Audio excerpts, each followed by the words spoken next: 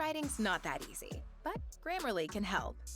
This sentence is grammatically correct. Thanks for watching this episode of Angry Video Game Nerd on Dennis the Menace. But the real menace is having your unencrypted data being harvested by hackers, governments, and corporations.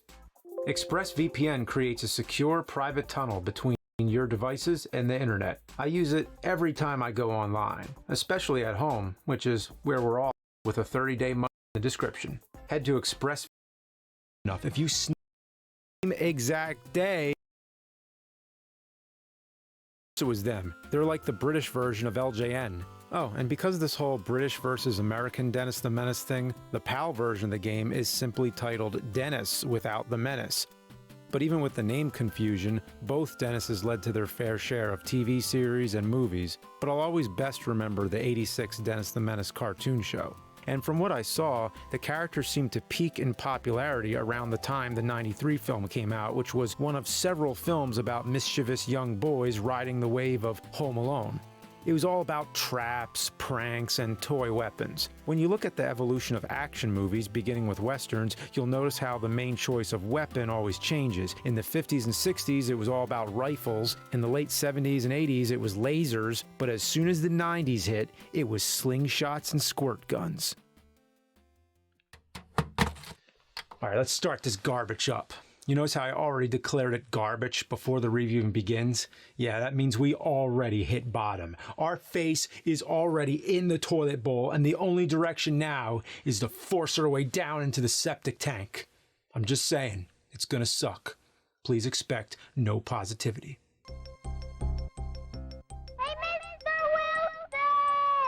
The first thing you need to do when you turn this game on is go to the options and give yourself 9 lives. You're gonna need them because this game is hard as fossilized dinosaur dick. It's a non-stop shitstorm. Everything you see wants you dead. It's filled to max capacity with enemies and hazards. I usually can't make it 10 seconds without getting hit. Traditionally, the character Dennis keeps annoying his neighbor, Mr. Wilson. Even though Dennis means well, he always ends up causing huge problems for Mr. Wilson. He was like the original Steve Urkel, and in that same regard, it seems the game is just as troublesome to the player. So they got that right.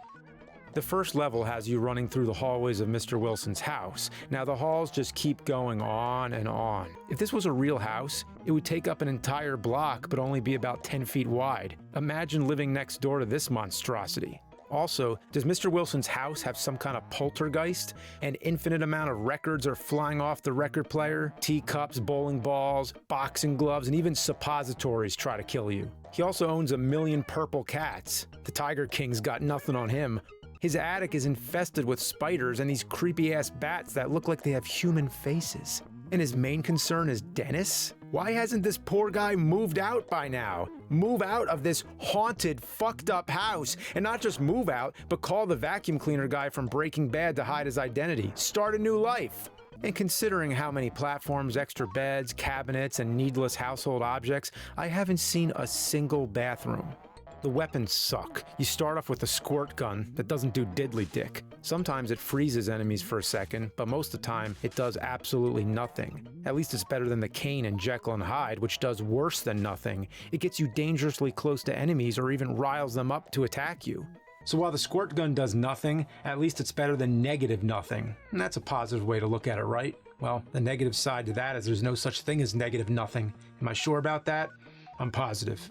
You grab a slingshot at the beginning, but it also sucks. It shoots like 2 feet in front of you and hits the ground. There's also a pea shooter in the basement. That's the weapon you want, but it's a massive hike to get it. The path to it requires some serious pinpoint platforming accuracy. If you mess up, you have to run all the way back and start over. They made sure the path you need to be on is the most convoluted, out-of-the-way path possible. And it doesn't help that there's a million things trying to kill you at every step. So I'm just running around and holy shit! It's Mr. Wilson himself. Out of nowhere comes this freaky, giant Walter Matthau who charges at you and takes you away. If he catches you, it's instant death. That's right, Mr. Wilson finally did it. He killed Dennis the Menace. So who's the real menace? Can you look more menacing, man? Grammarly does more than catch errors. With Grammarly, you can find really good, no, perfect words that make your writing sharp, or explicit, or excellent, or distinctive. As a matter of fact, for what it's worth, Grammarly can, yeah, that's long. We can get rid of that, and this, good, and this, or how about this? Grammarly helps you be concise. If your tone might make someone feel like this, Grammarly can remind you. It would help if you soften your tone. And if you need the support, Grammarly encourages you to write confidently. Because the better we all communicate, the better we connect. Grammarly, helping you connect. Go to Grammarly.com and download today.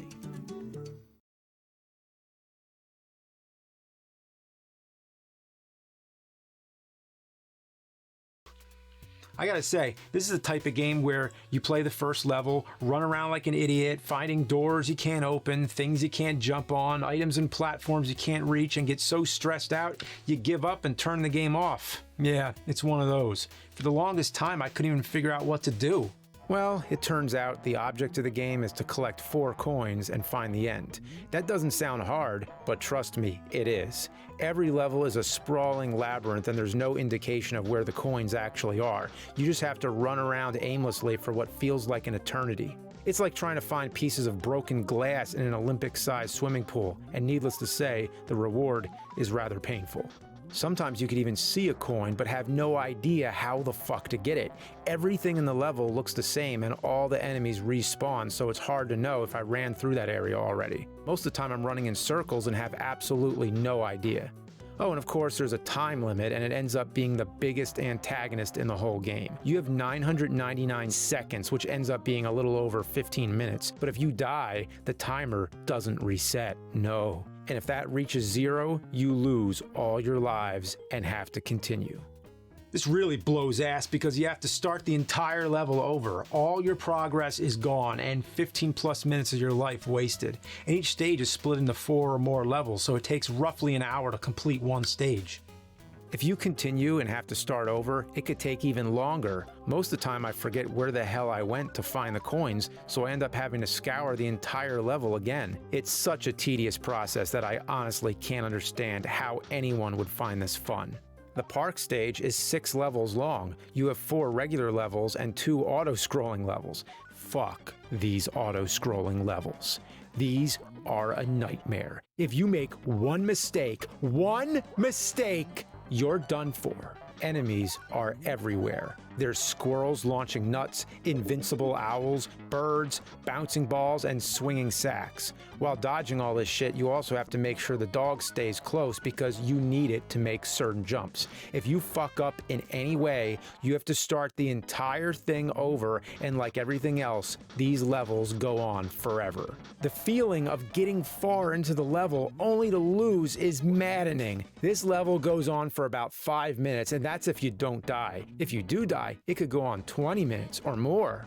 Now think about that. This is only the 3rd level in the game and I've been playing for 45 minutes. And this game has over 20 levels. I'm not joking.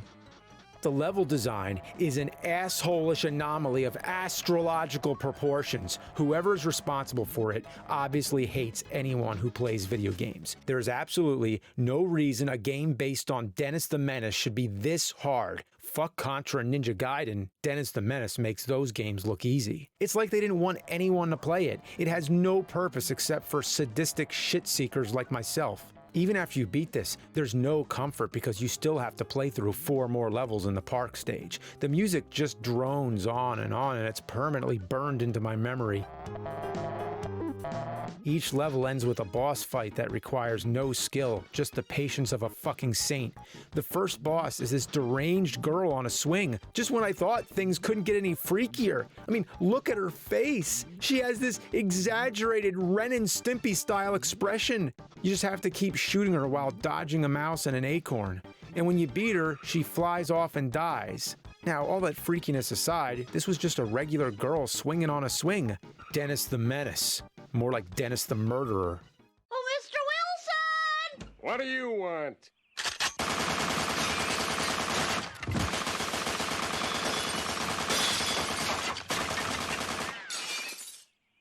That kid is a pain in the ass. The boss fights are all pretty much the same, shooting something while dodging shit. The bosses take a ton of hits to kill, and every time you hit them, they're invincible for a few seconds, so it just eats up more of your time. After the park stage, you go to the boiler. There's acid dripping out of pipes and steam shooting everywhere. There's also these little fire people walking around that are invincible. Your slingshot and pea shooter don't do a thing to them. And I know what you're thinking. This is the perfect time to use the water gun.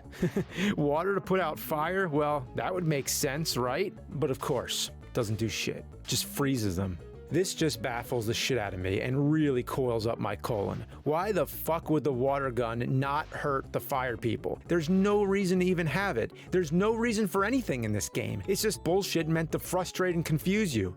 The platforming really starts to rear its ugly head here. Every level is a maze of pipes leading up and all around, and it's never clear where you have to go. If you miss a jump, be prepared to have to run through the entire level again. It's like the game was designed by a spoiled brat that wants nothing more than to piss you off. Dennis the Menace himself probably designed this. Every time I think this game can't possibly get any harder, the difficulty ramps it up to insane degrees. After the boiler is the sewer. Of course, right? It's like a shitty game design requirement to have a sewer level. I've played a lot of sewer levels in my time, but nothing in all my years of gaming could prepare me for the sewer level in Dennis the Menace. First off, when the fuck did this even happen in the movie? I'll admit, I haven't seen every episode of the cartoon, the sitcom, or read every panel of the comic strip, but I really don't remember ever seeing Dennis running around a sewer filled with shit snot and demonic heads barfing out water. There's even Ninja Turtles. I'm not kidding. Dennis the Menace is fighting Ninja Turtles in the sewer. I couldn't make this shit up if I tried. The first two sewer levels aren't even that hard. It kind of tricks you into thinking the worst is behind you. It isn't until Sewer 3 where the game really turns up the diarrhea dial and makes you wish for oblivion. The entire level is a platforming piss shower. Most of the level is just a pit with tiny platforms and enemies scattered all over. There's even green shit bubbles that pop after a few seconds, so you have to time your jumps precisely. Sometimes the bubbles won't spawn no matter what you do, so you just have to jump and hope there's something there to catch you. I spent my last two continues on this part, and when I saw that game over screen, I wanted to put my goddamn fist through the TV. I felt emotions I didn't even know existed here. Anger and rage on a level that normal human beings should never have to feel. I've had times where I was so close to shedding tears of rage. 2 hours of my life down the fucking shitter, literally, the shitter. For the life of me, I just couldn't beat this level. And of course, I started the game back up and had to get all the way back. Honestly, I hate to say it, but I was going to resort to cheat codes, but there aren't any cheat codes. I was hoping for a level skip code just so I could start where I left off, but no. I had to run through Mr. Wilson's house again, the park, the boiler room, and the goddamn shit-smeared sewers again. I also tried to look up a walkthrough because by this time I couldn't remember where in the fuck hell all the coins were, but the only walkthrough I found stops at the third park level. The writer quit after 4 levels. I was able to get to this point without using a single continue, and I knew what to expect here. It's weird to admit, but after playing this game for so long, my skills were heightened to the point of gaming godhood. But then I hit Sewer 4, and it was like I ran into a brick wall at full speed. I died over 25 times on this level alone. Everything that I complained about in the last level is ramped up to 11. The entire level is platforming and fucking fish everywhere. Every time I get an inch further, I die and have to go back. It's a constant cycle of jumping, panicking, and dying. This level itself is a circle of hell meant only for the worst of sinners. Eventually I beat it, but at what cost? I was exhausted, and I just spent the entire day playing Dennis the Menace on Super Nintendo. The boss fight is a giant fish with disappearing platforms. I lost all my continues by this point, and when I finished the fight, I only had 6 lives left. And the worst part is I still had a whopping 5 levels to go. I got to the second level in the woods, which is just another tree level like the park, and lost the last of my lives. I've been playing for almost 3 hours, 20 levels, and I got a game over.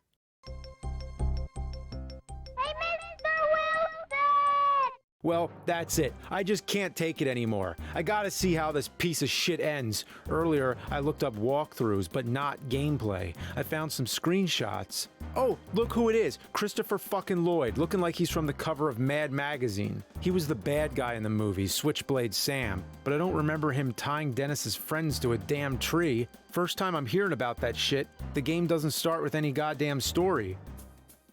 I'm not restarting this shitty game just to see suckbitch Sam roll by in a fucking wheelbarrow while some pixelated assholes stare at me under credits. This game sucks my ass with the shop vac. It rivals torture devices like the Rack, the Pendulum, and the Iron fucking Maiden. If I ever have to play this shit again, I'll cut my fucking hands off. I'd rather be waterboarded with weak old diarrhea. I'd rather deliberately give myself splinters on my scrotum and then tear them out with my teeth.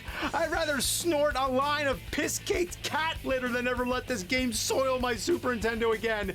Fuck every single thing about this game, and fuck everyone who made it. Fuck everyone who played it too, like myself. Dennis the Menace? More like Den Ass the Men Ass! Hey! Mr. Wilson! You fuck!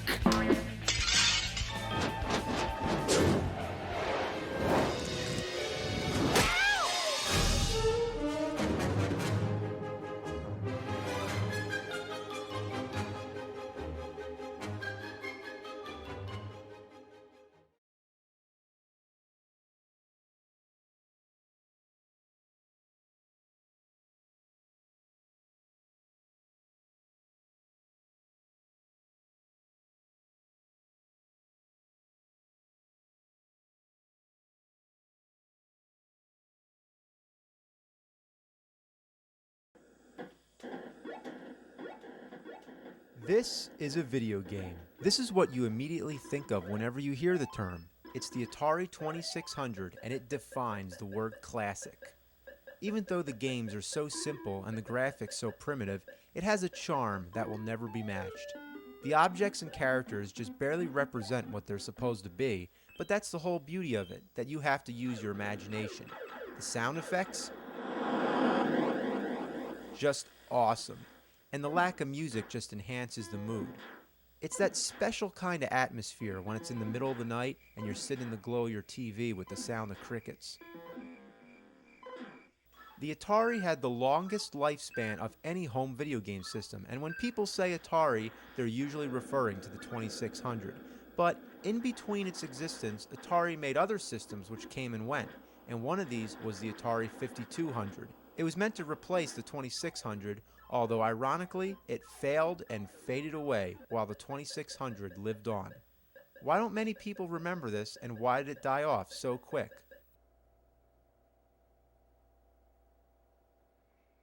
Because it's a pile of fucking shit. Why? Well, just look at it. Look at how huge this beast is. It's ginormous. And why is there a door on it? Is this a video game console or a fucking closet? Even the AC adapter weighs 1,000,000 tons. So, I'm gonna plug this son of a bitch in here. There we go. Get all this shit out of the way. Now, where do I plug the other end in? Doesn't it go into the Atari? Well, you can look all over the system, but there's no power connector. There's a separate box that you have to plug it in. Now, seriously, have you ever seen one of these? Other than the Atari 5200, I haven't. So, you plug this bastard in, and then there's this one wire coming out of the system, so you plug that into the box. Whoa, did you see that? That can't be good. Look, sparks. No joke. So anyway, the AC adapter and TV actually share the same wire. So, I don't know what they were thinking. I mean, maybe they were thinking it'd be more convenient to have less wires running across your floor, but they knew that they fucked up because later they re-released the Atari 5200 with the traditional 2 separate wires instead of just, this thing. But that one had 2 controller ports instead of 4, I think.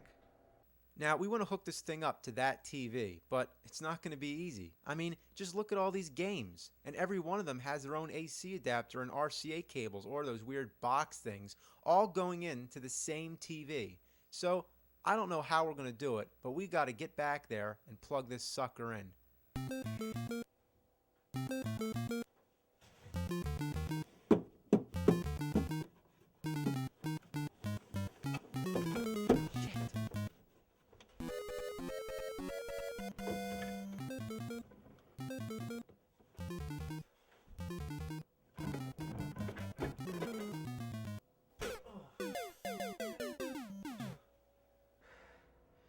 That TV is just out of the question. It's a little too busy back there, but that's okay because I believe the only true way to play Atari is on an old piece of shit like that.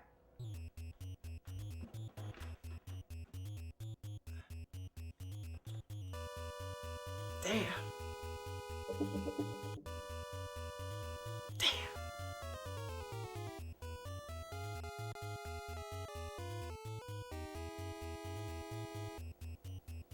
Damn!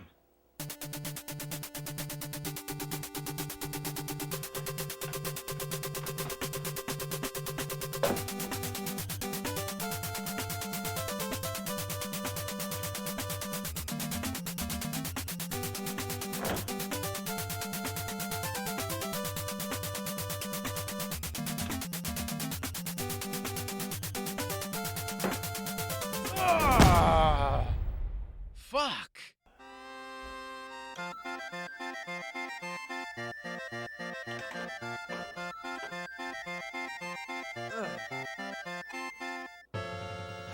You son of a bitch.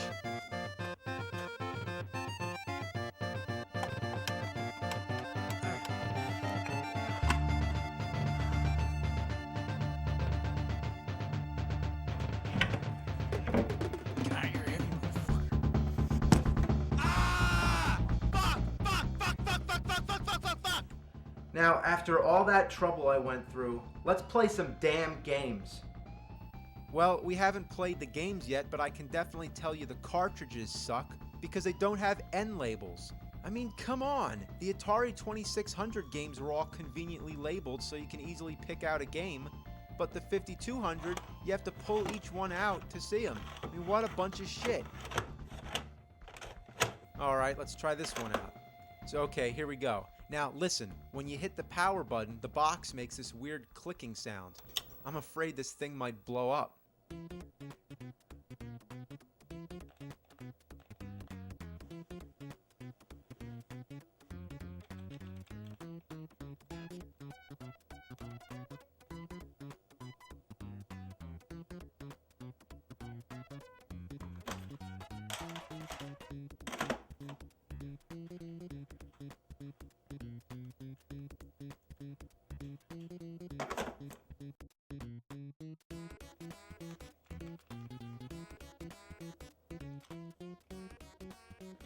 This controller is a piece of shit. What's the most important aspect about any fucking game? Well, being able to fucking play it. And what do you need to fucking play it? A fucking controller. So what do you do when the controller doesn't work? You're fucked. This is the reason the system failed. This. In the name of God, heaven and hell, everything in between, every creature on earth, by the far reaches of the galaxy, by the inner rims of the universe, and every megaverse in the ultraverse, let it be known. Let the word be known. This controller is fucking horrible.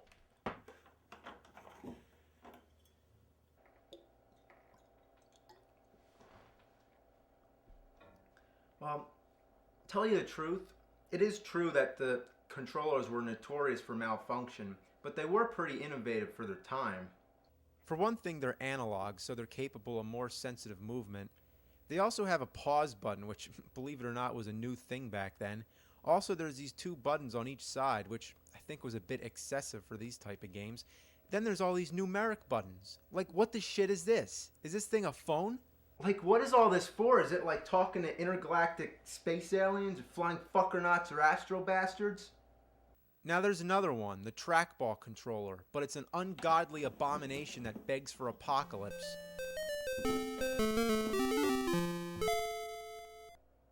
Look at it. It's like as big as a VCR or DVD player. It's big enough to be the game system, let alone the controller. Look, it's almost as big as the Nintendo. I mean, no, look, I think it's slightly bigger than the Nintendo. What a beast! But the ultimate question is, does it work? Well, does it?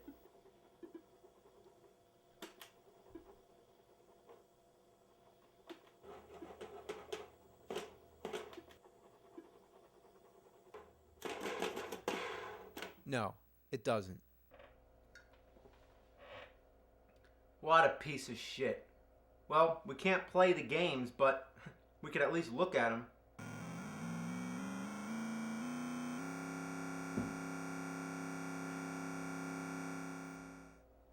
We don't have to stand for this shit. There exist alternatives. Did you know that you can plug a Sega Genesis controller into an Atari 2600 and it'll work?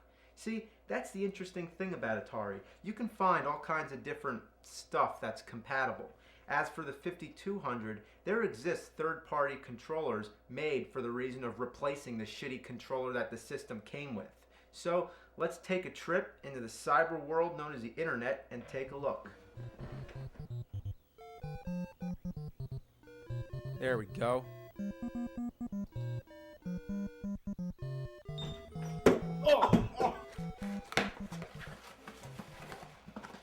Alright.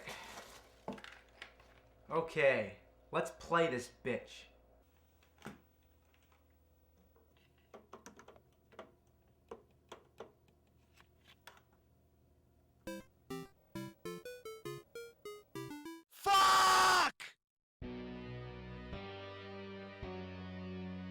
Ghostbusters. It was one of the most successful comedies of the 80s and one of the most popular franchises I remember as a kid. There's a sequel, a cartoon series that ran for 7 seasons, a huge amount of merchandise, and a line of action figures. You got the Firehouse, which was awesome. You got the Ecto-1. You got Slimer, the Marshmallow Man. Yeah, he's a little dirty, you know. The dog shoved him up his ass. You had all the Ghostbusters, then they came out with versions that made facial expressions, then there's this car that turns into some praying mantis or something, then you had all these weird ones I don't even remember from the show. This one, I don't think... Oh, that's not mine. Get that the fuck out of here. And every kid on the block needed a proton pack, and even though it's plastic, in our minds, it's an unlicensed nuclear accelerator. Then you got the Ghost Trap, which doesn't work anymore because it's a piece of shit. Then you got the PKE meter, which always reads .03 and always shows a ghost. So, I just wanted to take you back to the 80s, when Ghostbusters and Nintendo were the best things in the world. Now, the Nintendo Entertainment System, I believe, needs no introduction. So, when we heard that a Ghostbusters game for Nintendo was coming out, we were so excited, we shit our pants. Literally, shit came out our asses and we rocketed through the roof. It was 2 of our favorite things coming together. Should have been like bread and butter, but more like dead skunk and dog shit. You pop this piece of crap in, expecting Ghostbusters, and what do you get? Well, Ghostbusters, got the logo there, looks promising enough. But are you willing to bet that it's going to get really bad once you start playing? Yeah, well, guess what? It gets bad as soon as you press the start button. The fuck was that? Ghostbusters! Now, don't get me wrong, I'm not trying to criticize the game for its lack of voice clarity, but you hear how bad this sounds? Let this set the tone for the rest of the game. So here's the main screen. This is it. This is Ghostbusters on Nintendo. This is my wasted childhood you're looking at.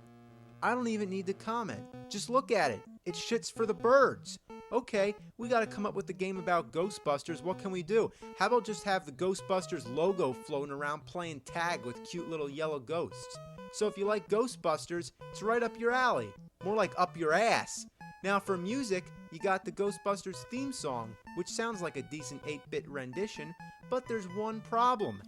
It's the only song in the whole game, and it never, ever stops. It starts playing from the first screen all the way to the end of the game. It drones over you, makes your brain go numb, and then when it gets to the end of the song, it pauses for a second, then it loops again. So you better get used to it. But let me tell you, that 1 second when the music stops, it feels so satisfying to hear dead silence, even for just one brief moment, to put your mind at peace. So seriously, what am I doing? Why am I just a Ghostbusters logo floating around playing tag with ghosts? Well, from what I understand, the more ghosts that go into the Zool building in the center, the more the PKE energy goes up, I guess. And what happens when it goes up all the way? I don't know, the Stay Puft Marshmallow Man appears or some shit like that. But I'm not here to try and figure out how the game works. I'm here to retell my experience as a gamer. Now, what am I trying to do? What is this white box that keeps appearing when I press the B button? Well, I'll explain later. So, here's what you're supposed to do. You need to find which buildings have ghosts in them. And they vary at any point in the game. So you need to go around the city, and when you touch certain buildings, they blink red. And that means that there's a ghost in there. You try to enter and oops, you can't do that yet. You need to buy your proton pack and ghost traps. The Ghostbusters don't have their own equipment, so they have to go buy it from a store. So this is it. This is the ghost busting store. When and where would there ever exist a store that sells equipment for catching ghosts? And if the Ghostbusters aren't inventing their own gadgets, then who the hell is? Anyway, buy your shit, then get out. Now we can see that weird white box shows you what equipment you have, and you can hold 4 items at a time. Go find a blinking red building and then go in. Now you're in the Ecto-1, driving down the road, and why you still have to drive to the building is beyond me. On the map screen, it looks like you're right there, and when you move all around, you don't have to drive. Only when you're already at the building do you need to drive there. Well, every other car in the city is out to hit you. They move back and forth, nobody stays in their lane, so it seems like the city actually has a bigger problem with drunk drivers than it does with ghosts. Oh, and guess what? When the cars hit you, who has to pay for the damage? You do. That's right, every car that hits you takes a few $100s away. It's bullshit. So you get to the building to capture the ghosts, drop the trap, catch the ghosts with your beam, bring him to the trap, open the trap, and time it so the ghosts get dragged in by that white thing that goes up and down. So keep going around, finding buildings to go in, avoid drunken drivers, and catch more ghosts. When you catch ghosts, you get money, and you're going to need it to buy other stupid shit later. Now there's a time limit, so when you're catching these ghosts, your goal is to catch as many of them as you can. Most of the time, you'll probably be able to get all 4 of them, but sometimes they go somewhere you can't reach without buying a longer beam. But good luck catching enough of them so you can afford a longer beam. Sometimes they go too low, and you can't reach them there either. Now, whatever you do, don't cross the streams. This is an important safety tip thanks to Egon from the movie. It would cause a total protonic reversal. Try to imagine all life as you know, stopping instantaneously and every molecule in your body exploding at the speed of light. Now that's epic. Now, every time you catch a ghost, you can't reuse the same trap. So if you try to enter a building, you might get a message that says you need an empty ghost trap. So you need to go to the Ghostbuster headquarters to empty the traps. When you get there, you may be baffled to see that the size of the car is the same size as the building. So as you're constantly running around, emptying your traps, you'll keep running out of gas. That's right, you can run out of gas in the game. How do you get gas? You need to go to the gas station. What happens if you run out of gas? 2 little fuckballs get out to push the car. Do you really have to go to the gas station at all? No, you can also slam in the gas tanks on the highway. So fuck the gas station. I wish it was that easy in real life. Need gas? Just run over the gas containers. So, because needing to get gas, needing to empty your ghost traps, and needing to buy stupid shit are all such a big part of the game, it would be wise from the beginning to buy a super trap as one of your first items. This trap you don't need to empty, so the regular trap is just a piece of crap. Another thing you might want to buy is the ghost vacuum. It's a vacuum that goes on the top of your car to suck ghosts in, which is a good idea to get a little extra money so you can hopefully make up for some of the damage that the drunk drivers cause. A ghost vacuum. Does there exist any store that sells a ghost vacuum? Let's find out. Hi, do you sell vacuums? Yeah. I'm looking for a special kind of vacuum. It's like shaped like a funnel, sort of. What kind of vacuum? It's like shaped like a funnel. Like you put it on the roof of your car. You want a vacuum to clean your car? No, you put it on the top of your car. Like while you're driving. You want a vacuum to clean? No, you know, these vacuums are for catching ghosts. Well, apparently these vacuums don't exist in real life, so if you want to suck up ghosts on the roof of your car, you're going to have to do it in this game. Really hate these driving stages. Naturally, you want to speed up to get them over with, but when you speed up, your car goes to the top of the screen and you can't see what's coming at you. Whether it be ghosts you're trying to catch, gas barrels, or drunk drivers. Fuck! Assholes!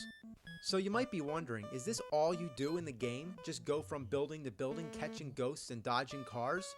Well, yes, this is all you do. I am dead fucking serious. The main idea is to go into the Zool building, but you can't do that until the game says you can. How it decides that, I don't have a fucking clue. Maybe it has something to do with how many ghosts you catch or when the PKE energy gets to a certain number, which would probably mean just letting the ghosts go in. So, I don't know. For whatever reason, you're not allowed to go into the Zool building right away. Maybe there's like an invisible barrier that takes like a fucking hour to go away. Also, why is it called the Zool Building? If it's meant to be named after the main villain in the movie, it should be Gozer. Gozer had two minions, the Keymaster, also known as Vince Clortho, and the Gatekeeper, also known as Zool. So, why is the building in the game named after Zool? Who knows? So anyway, it takes forever to be allowed entry into this building, so in the meantime, you just keep catching ghosts. After doing this for so long, you start to wonder, who pays you to catch the ghosts anyway? And why are the ghosts so generic, innocent, and cute looking?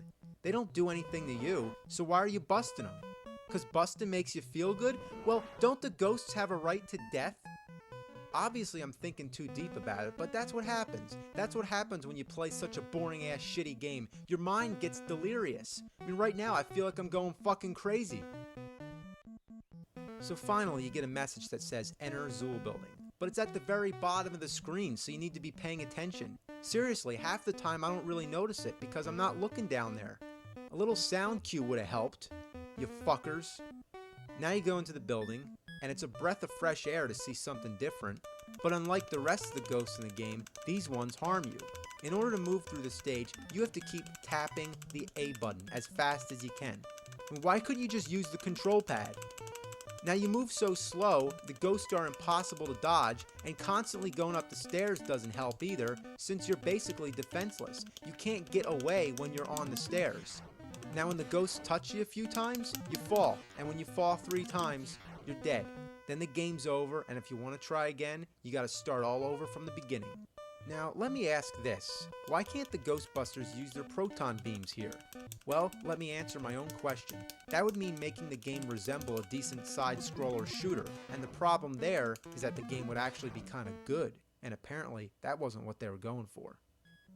So, playing through the game a second time, just for another shot at that damn stairway, it would be wise to invest in some items to help you out. There's an anti-ghost suit that supposedly gives you maybe 2 extra hits from the ghosts. Then there's the ghost bait. What kind of food will ghosts eat? Then there's the sound generator, which I think slows the ghosts down, but forget about it, it's too fucking expensive. So anyway, now you know why a lot of these items are so important. You need every bit of help you can get. But you'll never have enough money to buy everything in this game, especially when you keep getting hit by the drunks and fuck, I'm out of gas. It really sucks that you need to keep refueling your car. It sucks even harder that the gas costs money too, more money than it does in real life. So you need to keep catching ghosts for money, you spend the money on the gas that you need to catch more ghosts, and it just keeps on going. It's an endless cycle. Eventually you see the Enter Zool Building message again, but sometimes you're not fucking ready because there's equipment that you still need to buy in order to get up the stairs. The offer to enter is only good for a short period of time. So by the time you catch enough ghosts, make enough money, and buy the gear you want, it's too late to enter the building. The only way to get that offer again is to go catch more ghosts and wait another hour or however long it takes. The only sure way to be able to go in the first time is to trade your traps, the ghost vacuum, and whatever other equipment you don't need for the stairway stage. You can only hold 4 items at a time anyway, so you absolutely need to trade something in. But by the time you get the message, drive to the store, trade your shit in, buy the stuff you need, and come back to the Zool Building, you're too fucking late. So what do you gotta do now? Catch more fucking ghosts. So go back to the fucking store again, trade your regular stuff back, and fuck! I hate this fucking game. What were they thinking? Well, let's try to get through this stairway and hopefully see the end of the game.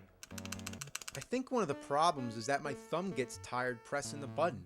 So to hell with this controller. We're going turbo. Alright, drop the damn food. Get the fucking food. Get out of my way. Out of my way, you bitches. The ghost bait doesn't do shit. Even if you outrun the ghosts, they never leave the screen. Once you start climbing the stairs, they scroll up with you, and as soon as the ghost bait's off screen, the ghosts start chasing you again. So what's the point of dropping the ghost bait if you're not allowed to go up the stairs to get away? What am I just gonna do? Just drop the bait and stand there? Why would I do that? Oh my god, now they're right in the way. How am I gonna get up there? Oh, come on, come on. Oh, I think I can just barely do it. There we go. Oh boy, right in between 2 of them. How you like that? Oh man. Oh my god. Oh, fuck. Oh please, Game Genie, grant me 3 wishes. That's right, we're gonna cheat. But there's only one cheat I care about. Immunity to ghosts on the stairway. Well, at least now I can't get killed by the ghosts. But that still means that it takes all day to get up the fucking stairs. It just keeps going. Even if you did it with the control pad, it would be tedious. But the fact that you're supposed to tap the button the whole time and dodge ghosts? And I've counted, there's 22 floors. Do you think that's enough? I mean, what the fuck were they fucking thinking? This is the worst game I ever played in my life. It's worse than Dr. Jekyll and Mr. Hyde. Well, maybe not that bad. And then they run? They move like slugs the whole fucking time, but as soon as they get to the top, they run like they got propellers in their asses. Well, here's the last screen of the game, and it looks like shit. The whole layout is designed like a grid with a flat gray floor. There's no background, it's just black. The little ghosts with their tongues sticking out look like kindergarten Halloween decorations, and neither Gozer or the dogs move. Hey, I can even name the dogs. That's Vince Clortho and Zool. Zool apparently bought the building that they're standing on. Now, you know what's really shocking about this part? You're moving around, dodging projectiles, and shooting at things. Kinda like a game. Surprising, right? I mean, this is the closest moment that this piece of shit ever comes to possibly being decent. But you know what's really annoying? Every time you go anywhere near the bottom of the screen, this happens. Say hello to Mr. Stay Puft climbing the building. I don't know what the point is, but every time when you accidentally go down there, Stay Puft's higher up the building. I can guess that when he reaches the top, that can't be good. So let's show this prehistoric bitch how we do things downtown. Oh, I'm gonna get you. Oh, you're gonna get it. Come on, here we go. Oh, there you go. Yeah. Alright, come on, take it, you fucking bitch. This chick is toast! What the fuck?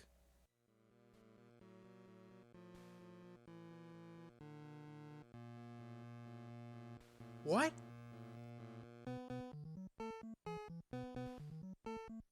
What?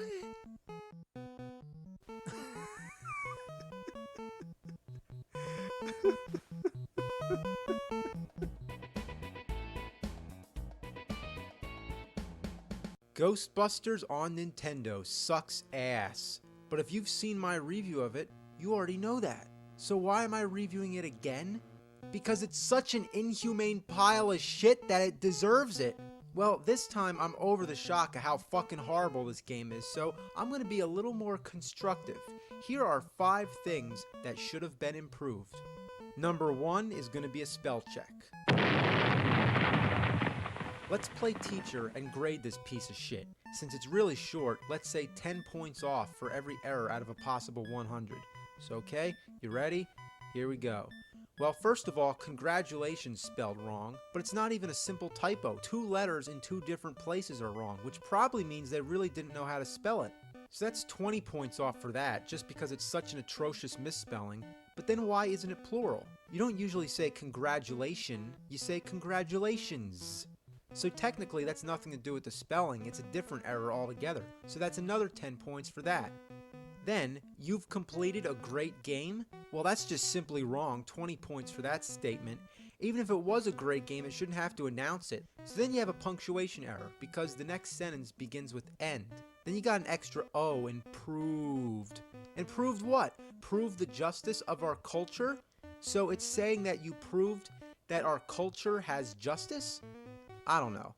Now, go and rest our heroes. Instead of now go and rest, comma, our heroes, it's telling you to go rest our heroes. Okay, well, sorry to say, but we had to take off 90 points. But hey, a score of 10% means that there's still hope. But wait, is there any reason that there's 1 exclamation mark here and then there's 3 up there? That's another 10 points off for lack of consistency with a total score of 0, F-. It should have said, congratulations, you had the patience to sit through this awful game. You proved your nerdiness. Now go fuck yourself. Now, moving on to number 2. The second thing in this game that should have been improved would have been a better use of Ghostbuster characters. After all, this is a game about the Ghostbusters. It could at least acknowledge Egon, Ray, Peter, and Winston. Even the first Ninja Turtles game on Nintendo had all 4 of the turtles.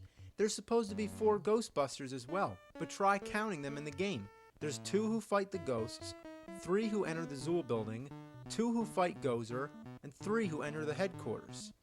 Now look closely at the Ghostbusters. Notice they're all white, which obviously means there's no Winston.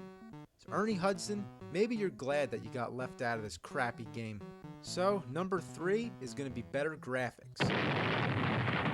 The whole game is just unappealing to look at. There's so much gray in the color scheme. It's dull, depressing, and lifeless. Where's the color? Why is there so much gray? Nothing even looks like what it's supposed to be. The proton beams look like a line of diamonds. The ghosts, like I said, are generic and stereotypical, all the same, and none taken from the movie. And the Ghostbusters look like aliens.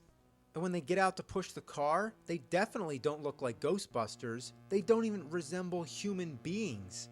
Number 4, better sound. As I've mentioned, the music is tiring to say the least. The game's Ghostbusters, but that doesn't mean we have to hear the Ghostbusters theme the whole time. A little more musical variety would have helped. Not to mention more sound effects. And at last, number 5, yet the most important thing of all that could have been improved. Better gameplay. This is seriously one of the most boring fucking games I've ever played in my life. Having to buy stuff and getting gas should not have been a part of the game whatsoever. Ghostbusters should have just involved going around blasting ghosts. But why was that so fucking hard to accomplish? Couldn't it at least have more stages? Let's count them. Ignoring the map screen or the store, there's the driving scene, the ghost busting scene, the stairwell, and Gozer. That's it. 4 stages. I can count all the levels in the game on one hand. If this is supposed to be a game based on a successful movie, why can't it have more stages inspired by scenes from the movie? It sucks. Sucks just like a ghost vacuum. Well, you heard me rant about Ghostbusters and you heard me rant about it again. Well, since we're on the topic, let's check out Ghostbusters on the Atari 2600. The game starts up right away the demo screen, so you hit game reset, and then the game begins with the store. So, you buy your shit, which is really weird looking. I don't even know what these things are that you're supposed to be buying. But just buy them, and then leave. Then leave. Leave! Fuck. You're supposed to play with the difficulty switches to leave the store, but most of the time, it doesn't work. So, reset the game, buy your shit again, then leave. Leave! There we go. It's nothing but trouble. I mean, I can't even get the picture to come in clear. Now, the first thing I notice is that there aren't any buildings. It just looks like parks. And the driving scene, your car is so big it takes up the whole screen. And it looks like there's a mangled rubber chicken on the hood. There's no other drivers on the road, so there's really no point of these driving scenes other than occasionally to suck up a ghost.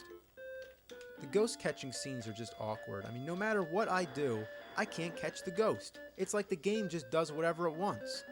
Alright, here we go. We got him. Oh, fuck. Alright, drop the trap. Shoot. Ah, you fuck. We got him. Move him over. Oh, fuck. Shoot the other way. Oh, well, we got him. Well, basically, it's the same shitty Ghostbusters game, except it's Atari.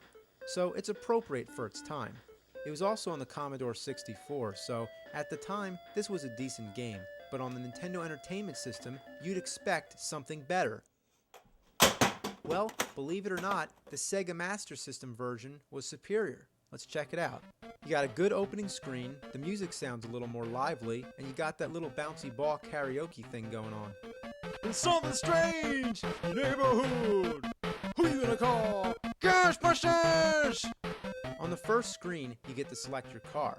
Well, why the fuck would I want those other ones? I want the Ghostbusters car, damn it. Then right away, you're buying your equipment.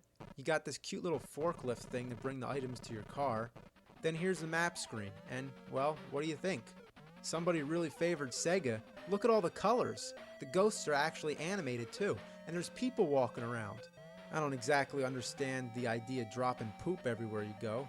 Thought the Ghostbusters are in a car, not a horse and buggy. So here's the driving scene. Definitely looks way better. I also like that no matter how fast you're going, your car stays near the bottom of the screen. The drunk drivers are also easier to avoid, and you still got that vacuum to suck up all the ghosts. Boom! Wow, never seen a car explode just from hitting garbage. Here's the ghost catching screen. Again, way better. You actually get a variety of ghosts too. You got the green Slimer kind, then you got those ones that look like banana peels. They really do look like banana peels, and then they turn green and form together to make Voltron. Nah, just kidding, the Stay Puft Marshmallow Man. Once again, there's only 3 Ghostbusters. When you get to the Zool building, you need to get past Stay Puft. You got 3 tries, but you gotta get at least 2 of your Ghostbusters past him. So that means you can only fuck up once. Fuck up twice and you're back at the beginning of the game. It's so fucking tedious. At least the game looks nicer than the Nintendo version, but the gameplay isn't much better. Most of the time, you're just waiting for buildings to blink red, which sometimes just never happens. Come on. Do you want me to catch ghosts or not? Why am I even playing if there's nothing to do? Oh, there we go. Finally, when you get past Stay Puft, you get to the dreaded stairway scene, and what a huge improvement over the Nintendo version. The layout's a little less bland, you can move in 3 dimensions, and best of all, you can use your proton packs to fight the ghosts. Now, these proton beams are useless, you can only shoot up.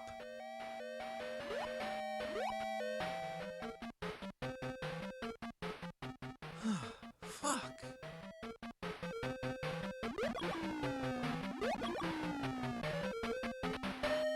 Ugh. God damn.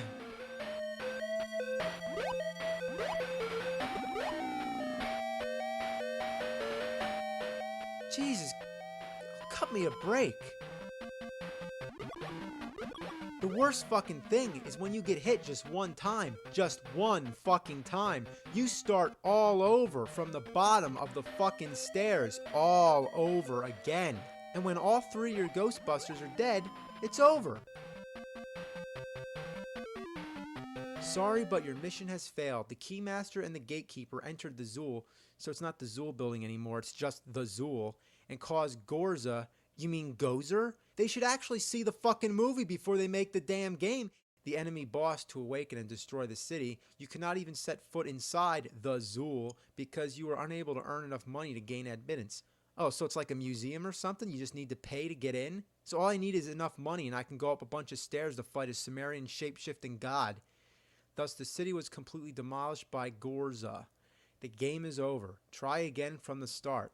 Oh, really? I thought I could try again from the middle. Well, Ghostbusters on Commodore and Atari, it was a nice little original game for the time. The NES version was a lame disappointment, and the Sega version improved it a little. Tune in next time, and we're going to fast forward to 1989 to 1990, and we're going to look at one more Ghostbusters game on Nintendo and one on Sega Genesis.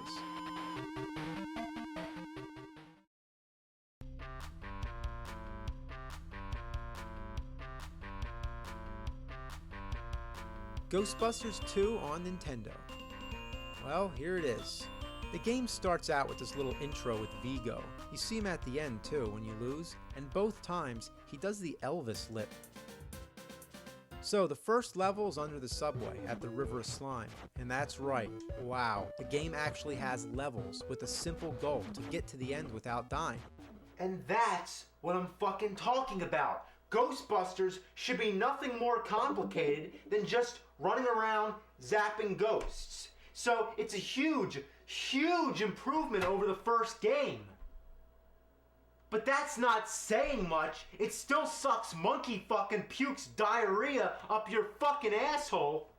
And that's interesting because the movie Ghostbusters 2 is definitely inferior to the first one.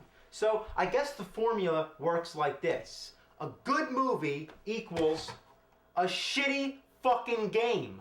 But a not so good movie equals a game that's not as shitty. This time the Ghostbusters only shoot slime. They never use their proton packs. The controls could have been better, and the way you move the gun is kinda awkward, like it stays wherever you point it, and it takes a moment to aim it elsewhere rather than just being instantaneous. This is a hard one to explain, but just play it for a while, then pop in Contra and you'll know exactly what I'm talking about. It's also stupid that A shoots slime and B jumps. Usually it's the other way around. As for start and select, they don't do donkey dick. Usually start is pause, but here, there's no fucking way to pause the damn game. I mean, if you gotta go answer the phone or take a shit, it's like tough shit if you gotta take a shit. You gotta take a quick shit. You gotta have turbo turds. I'm trying to play the game. I got shit stains in my pants and an answering message on my phone that says, sorry, I'm playing Ghostbusters 2 on Nintendo. What a selfish game. Bottom line, have a fucking pause button. God damn it! Well, the game definitely has its variety. The second level, you're driving around and dodging shit, and shooting at ghosts that look like bed sheets with 2 eye holes cut out, sort of like Charlie Brown's Halloween costume. Oh, and the car's alive, because when it dies, it bleeds. Yeah, it gets mangled into a bloody mess. Yeah, I know, it's red slime. Level 3 is the courthouse. Oh wait, is that Kool-Aid? Give me the Kool-Aid! Oh, fuck. Level 4, you're driving again. Like before, there's holes you gotta jump over, but you gotta make sure that you drive over the arrows because they're the speed boosters. Oh, get out of my way! Fucking ghost. Alright, here we go. Oh, there's another. Oh, come on! And you think I'm doing bad? Take a look at the demo in the beginning of the game. It doesn't even try. It just crashes into everything. The only reason it even gets by is because after you hit something, you're immune to damage for a brief moment. You can pass through. But really, why is the game having so much trouble playing with itself? It doesn't know it can move up and down or jump. The game sucks at itself more so than any human being, regardless of age or experience, could possibly suck at the game. The irony just baffles me. So anyway, level 5 is the abandoned subway. It seems like somebody's off screen to the left, just constantly throwing junk in your way. I mean, what is all this shit? Fuck! So here's level 6, the Statue of Liberty. Remember the scene in the movie where the Ghostbusters used the NES Advantage to control the Statue of Liberty? Well, I'm playing it with the NES Advantage right now, and that's kind of weird, don't you think, in the movie? One of the most famous icons of the United States being controlled by a Nintendo controller. Nintendo ruled the fucking world. And see what they did here? They created levels in the game based off scenes in the movie. That's what I was talking about before. I don't know what these things are that you're supposed to be shooting at though. I guess they're ghosts, but they're shaped like fish. And if they're ghosts, they're the happiest, most energetic ghosts I've ever seen, doing choreographed dances in the sky. So now we're in the city, so I guess this is level 7, and we're fighting bungee jumping skeletons, I think. Here we go, at the museum, covered in the river of slime. And this is the final level of the game, and by now, it's all starting to look the same. There really isn't any more variety in the gameplay. The only thing different is the backgrounds. Yet they're all based on scenes from the movie, like the river slime, the courthouse, the abandoned subway, and finally the museum. But you're doing the same exact thing, just walking to the end of the level, shooting ghosts overhead, and dodging things that go up and down, bounce across the screen, sweep across the ground, or just wiggle all over the place. Damn, I hate all this shit. Fuck. Bitch. Ass. It pisses me off. Well, like they say, it's better to be pissed off than to be pissed on. So, you have to play through the level 4 times to get all the Ghostbusters through. That's right, they actually have all 4 Ghostbusters. So when you get to the end, you watch them shoot slime all over Vigo, and then that's it. He doesn't even come out of the painting. The game's over. You win. So, to save time on developing an end boss, instead they just make you go through the last level 4 times. What a piece of shit. Hey, come here. It's dog shit. That's what it reminds me of. This game reminds me of dog shit.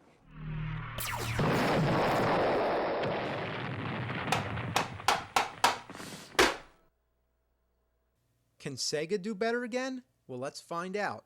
We got Ghostbusters on the Sega Genesis, also called the Mega Drive. We're stepping into 16-bit territory now, yet this game was released about the same time as Ghostbusters 2 on Nintendo. Rather than making their own game of Ghostbusters 2, Sega made something completely original. Well, there's only 3 Ghostbusters again. I mean, what's their problem with Winston? What are they, fucking racist or something? Well, whatever the case, you get to pick your Ghostbuster. They got big heads and they walk like they're crapping down their pants. You got dialogue scenes and not 1 but 2 stores, an item shop and a weapon shop, again resorting to that old tired idea of having the Ghostbusters buy all their own equipment. Then you got the map screen, which thank God it serves the only purpose that it should, selecting which order you want to play the stages in. So you can go into the little house, the apartment, the bigger house, the high-rise building, and after you've beaten all that, you can go to the castle. The stages are non-linear in a sense that you don't just run through from beginning to end, you gotta find your way around. You can climb ladders, swim, and explore the whole place until you found and defeated all the boss ghosts, which there's several of. And when you defeated them, you get to lay a trap and catch a Slimer in true ghost-busting fashion. After you cleared the stage, you get money and then you leave. So that's the concept, which is enough to keep you entertained. The control's great. Walking and jumping is perfectly responsive. You can easily shoot in any direction. You can crawl. It's fun blasting things. The sounds and music are original, and the caricature look I find kind of amusing, actually. This is what you call a game. I like this. I like this? I can't believe what I'm saying. I think the world is coming to an end. Seriously, like fire and brimstone coming down from the skies. Rivers and seas boiling. 40 years of darkness. Earthquakes, volcanoes. The dead rising from their graves. Human sacrifice. Dogs and cats living together. Mass hysteria. But don't worry. I'll find something about it that sucks. Like those tablecloths that wrap you up, you can't even do anything but wait. They don't even do any damage, so what's the point? Just to be annoying. You might as well just have somebody come in and take the controller from me for about 5 seconds. There's also an overabundance of weapons and items which, out of all of them, only one is really mandatory. The night goggles. Without them, there's no way you can get through the fire level because you can't see shit. Look at this. I can't tell where I'm going. And the goggles run out of juice, so if you're far along in the level and they start to dim, you're fucked. You gotta kill yourself, go back to the store to buy more goggles, and then start the level all over again. What a shitload of fuck. I also hate these fire towers. It's like, no matter how well you estimate the jump, you either end up getting burnt because you jumped too short, or accidentally touch the fire trying to get as close as possible to jump. And also, you have to make sure that you time your jump right, or the fire comes up and burns your ass. And if you stand there to even try to think about it, a flaming guinea pig comes out. Yeah, flaming guinea pigs are pretty weird, but you know what's also weird? When you die, you turn into a mummy. That I can't understand. Then you got these disappearing green things to jump on. Ugh. Guess what the toughest enemies in the game are? Coffee cups. You think they'd shatter after just one hit, but no, they take forever to break. I don't get it.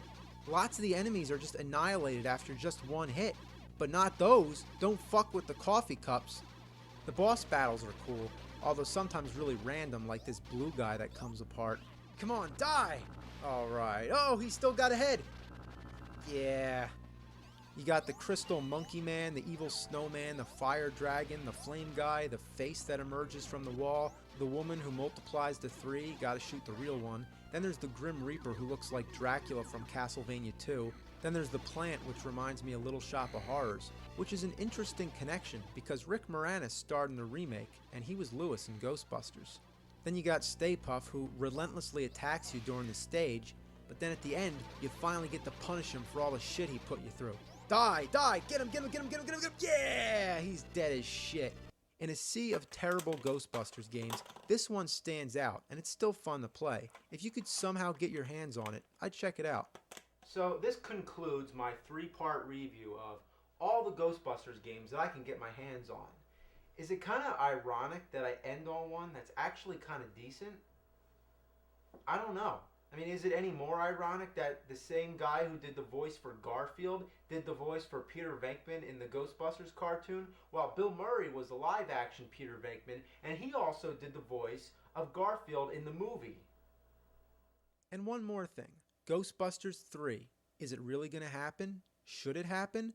Well, if they made the Santa Claus 3, Free Willy 3, Home Alone 3, Psycho 3, The Neverending Story 3, Problem Child 3, and about 10,000 Scary Movie and American Pie sequels, all the crap that gets shat out of Hollywood's big fat fucking ass, I don't see why Ghostbusters 3 shouldn't get made. I grew up with those movies. I would love to see those guys put on the proton packs one more time. Even if the whole movie's just the Ghostbusters sitting around taking a shit, I'd go see it. Now, excuse me. I gotta take out the garbage.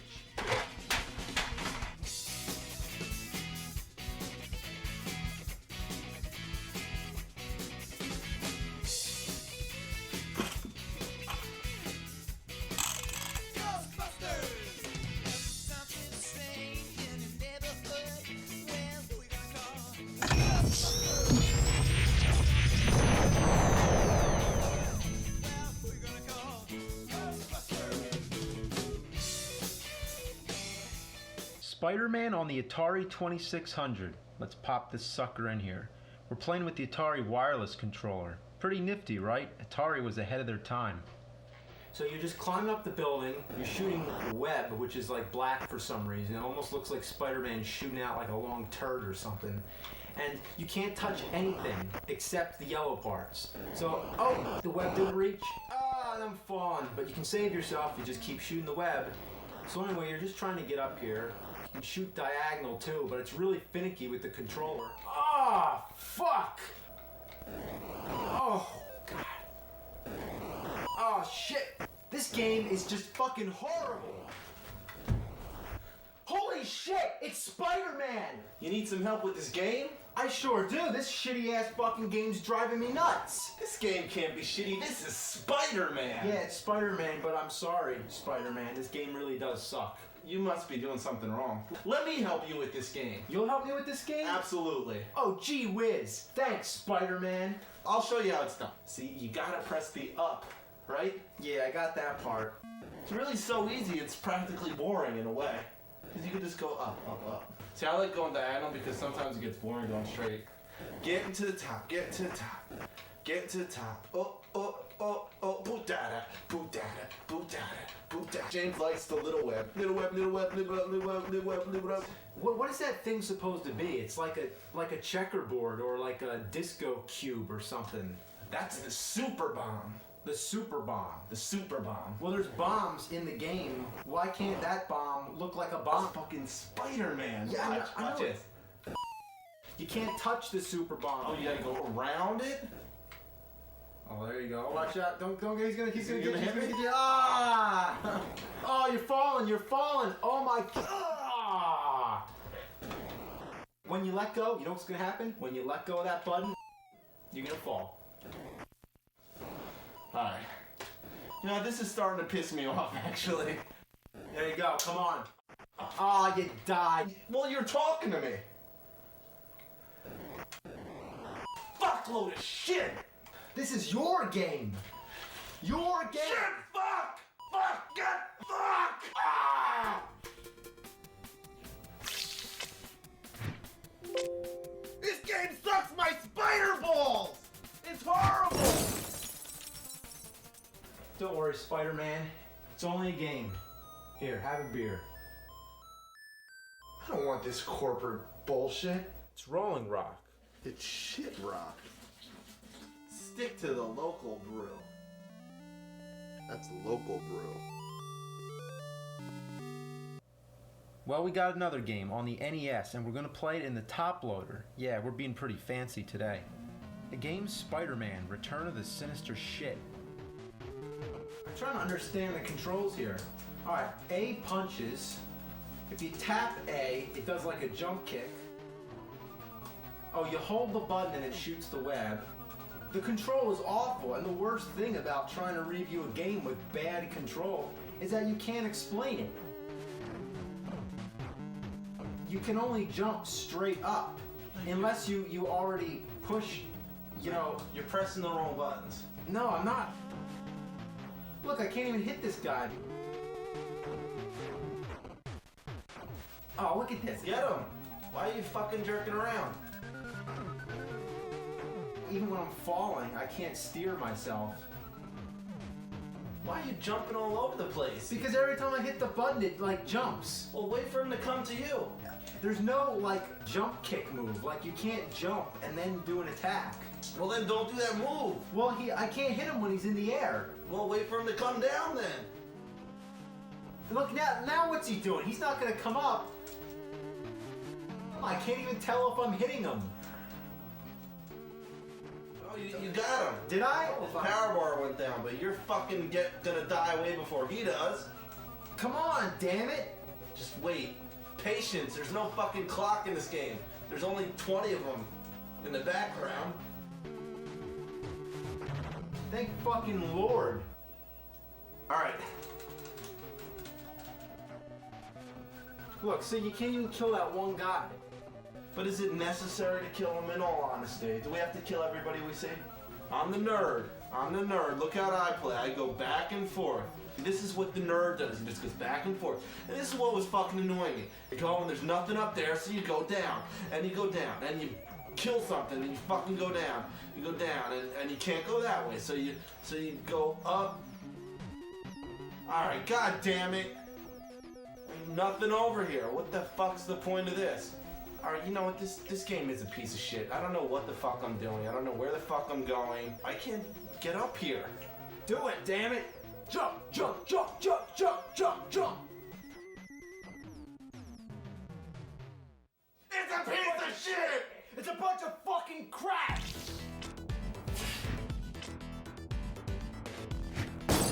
Alright, we got another game on the Game Boy. To play the Game Boy, you need the game. Here's the game, that's the boy, this is the Game Boy. The game is The Amazing Spider-Man, and believe it or not, the control is even worse. The punch is delayed, like a full second later. And that was the web? That's ridiculous.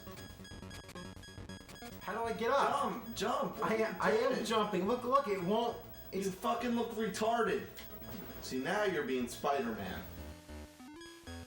Shit. Alright, now you're fucking being dead. Look at this, it's just all this falling rock crap on me. Oh my god, there's a suicide button in the game. What do you expect? You're fucking jumping while you're trying to hang onto a building. I can't climb up Going there. I'm in. trying. Jump. You have to jump into it. Oh, okay, so that's what the jump button's for. Okay, you're pretty much dependent on the web to get over some of these jumps. But how do you do the web? I don't know. The control just does whatever the fuck it wants. Look at that. Holy shit. Oh my god, I can't. I tried to jump, I swear. This is god awful. This is ass. Let me try that game out. Knock yourself out. What are you doing on my fucking ceiling? Okay, I agree. The control is a little delayed. Oh. Yeah. And then you fucking just like do this. Look, now what are you gonna do there? I don't know. God damn it! Ah! Alright, this guy's fucking impossible. Get over here, you fucking son of a bitch! What the fuck is wrong with these game designers? They don't know what the fuck they're doing! I can't believe they did this to me! They made a game out of me and it's fucking shit! It's horrible! One more game, Spider-Man 2 on the Game Boy Advance. Well, I'm playing it on my DS to be exact. Alright, well, this is the first level of the game, and you gotta deliver pizzas. They put that in the video game? Well, that's pretty weird. Yeah, I mean, you delivered pizzas before, though, right? No, I never did that. No, yeah, you did in the movie Spider-Man 2. I did that at one point, but I don't want people fucking knowing about that. Did you ever have to break a window to deliver a pizza? Not on purpose, but for them to put that in the game, and it's insulting, and it's... Well, yeah, I mean, I agree. I'm a superhero. I shouldn't be known as a pizza delivery man. I wish Spider-Man would deliver my pizzas every day. I'm gonna fucking shove a pizza up your fucking ass. Oh, Spider-Man takes a dump in a coffee can, plays some games with a grudge, gonna shit out some anal fudge. Look out, here comes some shitty games. Alcohol is his power source, takes a piss like a drunken horse, climbs a wall, then he falls. This game sucks his spider balls. Oh no, he's playing the shitty games. When he plays his games, he feels so ashamed. He shoots web from his wrist, but now Spider-Man's fucking pissed.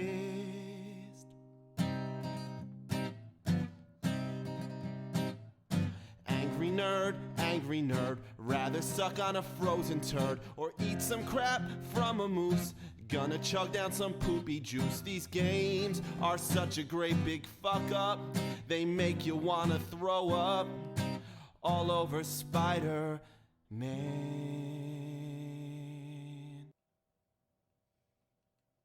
Hey, you still don't own a Sega CD? What are you waiting for? Nintendo to make one? You have seen the games, right? Wrong answer, man. Show 'em.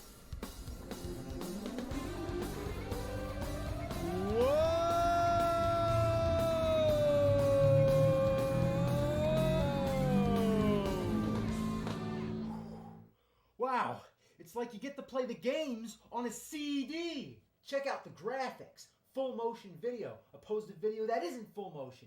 64 simultaneous colors, 12.5 megahertz processor. Holy shit, this thing is total fucking garbage. How would you like it if I conduct the rest of the video like this? Full motion video, my ass. I'd rather it be full fucking screen. So this is the Sega CD. It's a load of ass. You just pop it in the side of the Genesis like some deformed Siamese twin or something. You ever see Basket Case? Oh, whatever. So you put the fucking game in, and oh, guess what? It runs off of its own power adapter. Yeah, that's two. One for the Genesis and one for the Sega CD. If it can't run off the same power, why couldn't it just be its own independent system? Instead, it's like a fucking parasite or something. Then there's this problem, the load time. Load of shit. You can go dump your ass in the time it takes. So if you're gonna play the Sega CD, grab a beer and be patient. So this is what a typical Sega CD game looks like. This one's called Ground Zero Texas. Four particle beam disruptors with limited Great game, huh? It's not even like playing a game. It's like watching a movie. A bad movie. So every once in a while you get to shoot people behind haystacks. All you do is just drag your crosshairs across the screen and try to kill things. Let's see some firepower. I am personally going to call headquarters and find out what hole they dug you out of. The hole in your ass. Now we got Slam City. You want some of this? You got it. Okay, I really don't know what I'm doing. Yo, crush him like a walnut and sprinkle him on some salad. And put some dressing on the boy. What are they saying?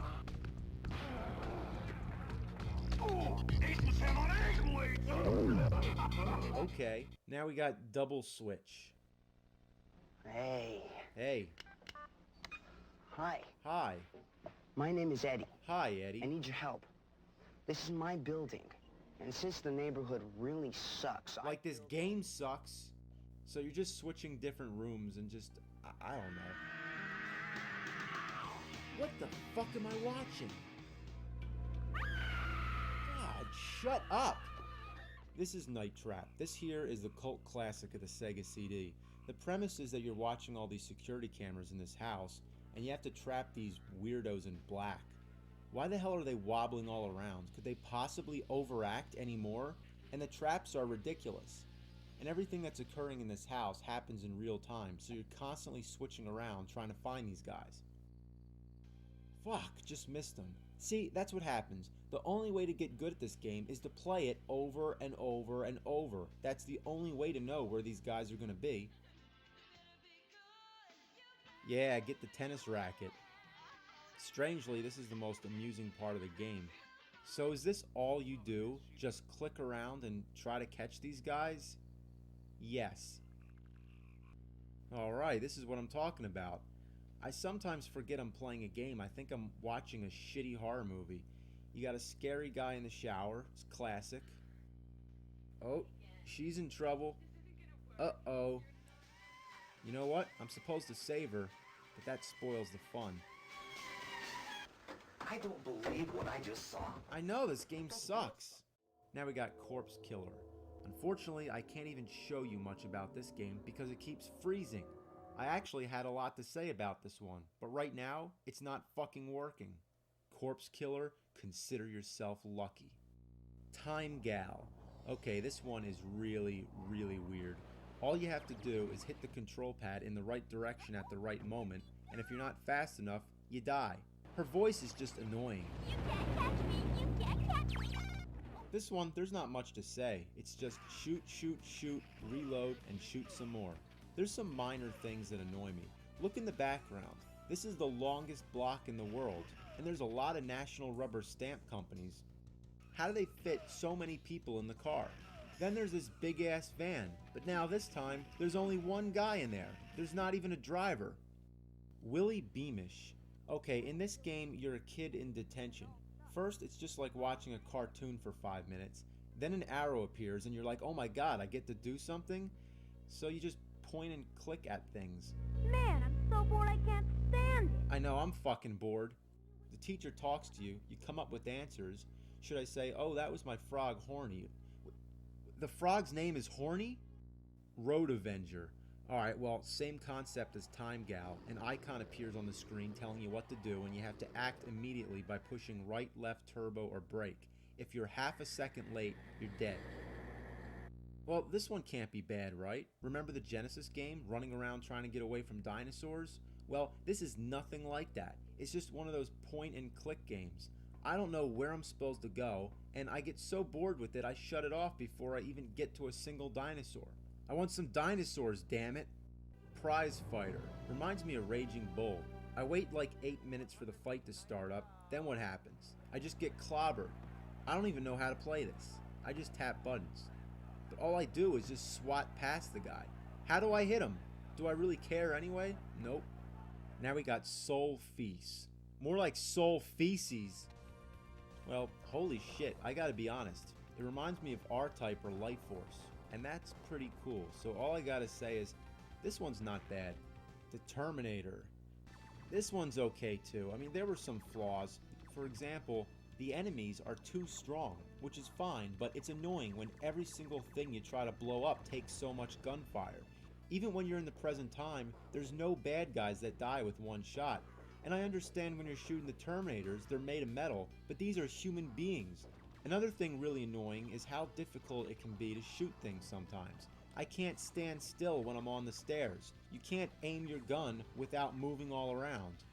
One thing I have to say, the music's awesome. Overall, this game's okay.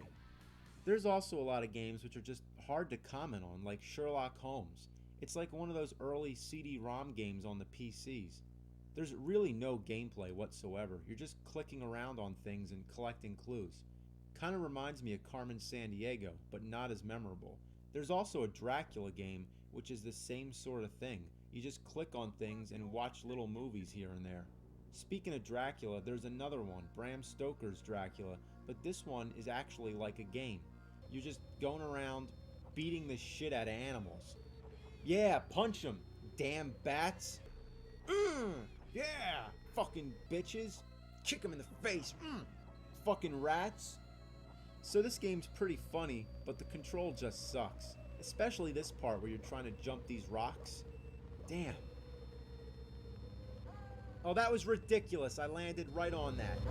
Then there's all these movie scenes taken right from the movie Bram Stoker's Dracula. If I wanted to watch the movie, I'd watch the damn movie. Now we got Wonder Dog. First you get this long cartoon. Some overly happy kid is walking with his dog, everything's fine. Then some guy shows up, takes the kid away, and then the dog goes inside and his giant metal dick with balls, and he conveniently finds a costume and becomes Wonder Dog. Now we actually get into the game, and you're just shooting stars at rabbits. Yeah, kill those fucking rabbits. Can't get up there. Get up there. Damn it. Maybe someday I'll review some of these games in greater detail, but for most of them, there's really not much to say. Like this one, for example, Sewer Shark. For this game, all I have is a 2-word review. Shit Shark. The only real memorable game off the top of my head is Sonic CD, which is debatably the best Sonic game ever made, and it's definitely one of the most confusing ones too. God. Oh shit. I'm gonna be sick. Alright. The Sega CD, it was one of the first CD-based game systems of the time, so it was kind of fascinating when it came out. The problem was, it was too expensive, the technology was just too young, it just wasn't there yet, and I don't know one person who had a Sega CD. And why is that? Because it fucking sucks! Because it fucking sucks! Think about it. In order to own a Sega CD, first you have to own the Genesis. And if that's not enough, Sega made another Genesis attachment, the 32X. Yes, this ugly mushroom-shaped piece of shit was the last effort from Sega to keep the Genesis alive to compete with its nemesis. Tune in next time and I'll tell you all about it.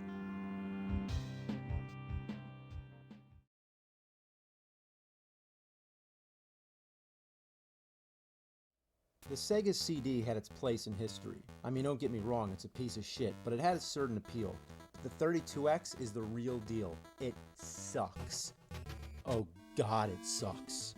You plop it on the top of the Genesis like they're mating, God, I mean, do you think that's enough add-ons? It doesn't even look aesthetically presentable. I mean, it's just like an ugly tumor. I mean, did they really need all this bullshit leeching on the Genesis?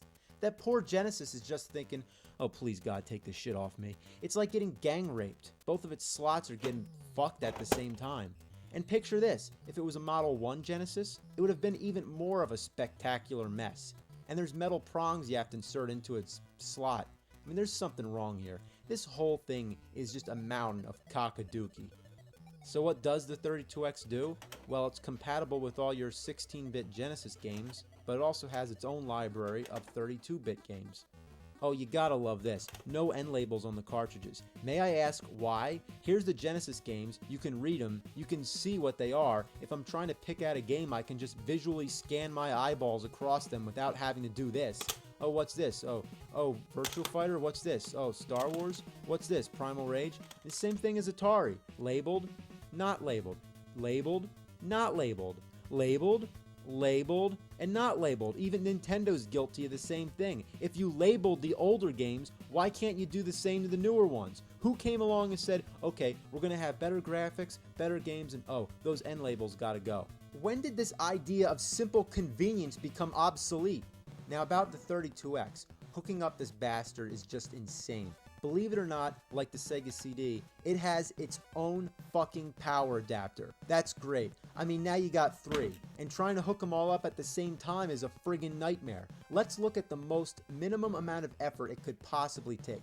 So I'm plugging it into the TV. I mean, now I obviously can't plug in all 3 of these things, so here's the most basic power strip you can get. Every big store sells these things. These are common.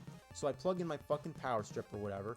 Here goes the Genesis, the Sega CD, and bullshit. What a load of fucking bullshit. How did they fuck this up so bad? I can't even turn it the other way because it doesn't fit. Why can I only plug in 2 power adapters? Why can't these go sideways? Or better yet, why the hell do they have these box things? Why can't it just be like this? Even the Atari 5200 with its huge ass box, it still ends with a normal plug. You know, that really pisses me off. I even have a camera, which I just bought this year, and it has a box like that. We live in the year 2007, and they can't figure out that shit like that takes up too much room? These fucking things should be banned. Have these, not these. So anyway, let's fire this monster up and play some Primal Rage. Great title screen, huh? There isn't even any title at all. What is this? Wait a minute. Oh, please, God, tell me what's going on. Why can't I see the characters? I'm playing Invisible Primal Rage. Alright, let's try Virtua Fighter. What the fuck? Guess what? We left something out. There's another cable which connects the Genesis to the 32X. Isn't it enough that the damn thing is inserted onto the top of the Genesis? Why does it need another connector? Look at this. It's a fucking mess. And what a perfect visual analogy. Sega invented the 32X to increase the lifespan of the Genesis. And that's exactly what the friggin' thing looks like. It's on life support. So there's Primal Rage, which to my recollection looks nowhere near as good as the arcade. In fact, I'm not even sure how much better it looks in the Genesis version. You got all the moves, the farting, the puking, the pissing, which I can't do, so if you want to try that out, be my guest. I mean, that's what I hate about this game, the moves. They're so awkward, especially the fatality moves. I mean, just forget about it. It's always something like hold these 3 buttons and then tap some weird combination on the control pad. I don't know why they make any moves that require you to hit up, because you know what happens? You jump. I'm sorry, but when I have to download a move list and remember all kinds of combinations of buttons, that just ruins the game for me. Then you got Doom, which is one of my all-time favorites, but the music sounds like shit. Compare it to the Super Nintendo version.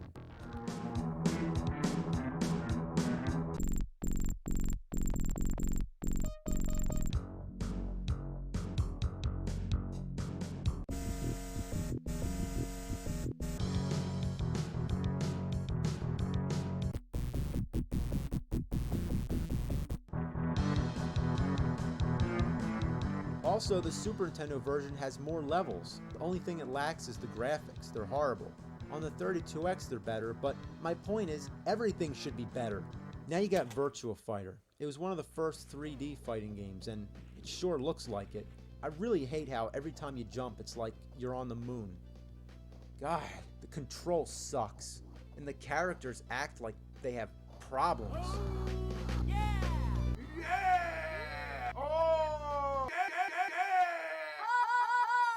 Now we got Star Wars. Yeah, it's an arcade classic, but I don't know about this one. I mean, the graphics are balls. Everything looks like a polygon, and it's putting me to sleep. Like my Sega CD video, keep in mind, I'm limited to how many games I can review. I'm aware that I'm leaving out popular ones such as Snatcher on the Sega CD and Knuckles Chaotix on the 32X. But remember, if I don't have the game, I can't review it. It doesn't matter anyway because I wanted to focus on the console itself. The bottom line, the 32X sucked, and it was one of the biggest failures of all time. And just to celebrate their failure, or just for shits and giggles, they released a few CD 32X games which require both the 32X and the Sega CD. So if you happen to own both this pile of vomit and this piece of shit, you can mix the two together. So you can clearly see the 32X was just not worth it, and gamers were too smart to be suckered in because they knew that this piece of junk would be abandoned shortly because the Sega Saturn was on its way. Hell, it was already out in Japan, so nobody gave two fucks about this beast. It cost about $150 when it first came out, and the only people who bought it, they had mechanical problems. So on top of that, there were rumors that it could damage your Genesis games, and I don't even know if that was true or not. The Sega Saturn was released in the US about 6 months later. Only about 40 games or maybe less came out for the 32X before it bit the dust. I mean, what kind of marketing was that? What were they thinking? And on top of that, Sega had yet another console planned in between called the Neptune, which was scrapped pretty quickly. All it was going to be was a standalone 32X anyway, which is what it should have fucking been in the first place. So not only was the Saturn on the way, but so was the PlayStation and the Nintendo 64. Gamers knew it was a better idea to just wait, and stores were selling the 32X for about $20. I got mine at a flea market for $2.50. I'm dead fucking serious. Now, excuse me. I gotta send this fucking shit back to the fires of hell.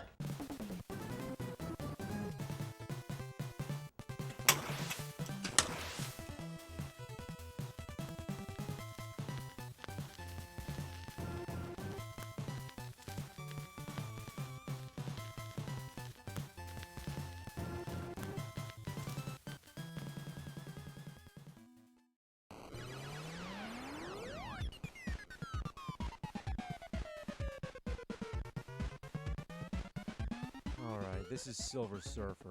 Silver shit. He looks so stupid. I mean, what the hell's wrong with him? He's just like... Alright, so you get this stage select thing, kind of like in Mega Man, which is good for the sake of this review, so I don't really have to beat anything to show you all the stages in the game. So it's just like one of those fly and shoot games, kind of like Defender or Light Force, you know. Nothing too special, but not bad actually. Your weapon's kind of lame, but there's power-ups which let you shoot double. The fuck? I can't touch the walls? That's right, you can't touch anything in this game, so don't fuck around. Anyway, what was I saying about the weapons? Oh yeah, there's not much else I think you can get. I mean, you can shoot backwards, like if somebody's coming behind you, and that's always a real shit sucker, because you want to concentrate on what's ahead. It's kind of clumsy to switch back because you press the B button to change direction, but use A to shoot. Ah, fuck! I guess that wasn't a good time to demonstrate. So there you go, shooting the rubber ducky, which doesn't die. Oh, fuck! If you play this game, one thing I can guarantee is that your thumb is going to get pretty damn sore from tapping that button. There's not one instant when you can take a break. You're constantly firing away, even when there's nothing in sight because you don't know what's coming up. I mean, there's no reason not to be shooting, and this wouldn't bother me so fucking much if you could just hold down the button and let it keep shooting, but no, of course not. So what you need is a turbo button.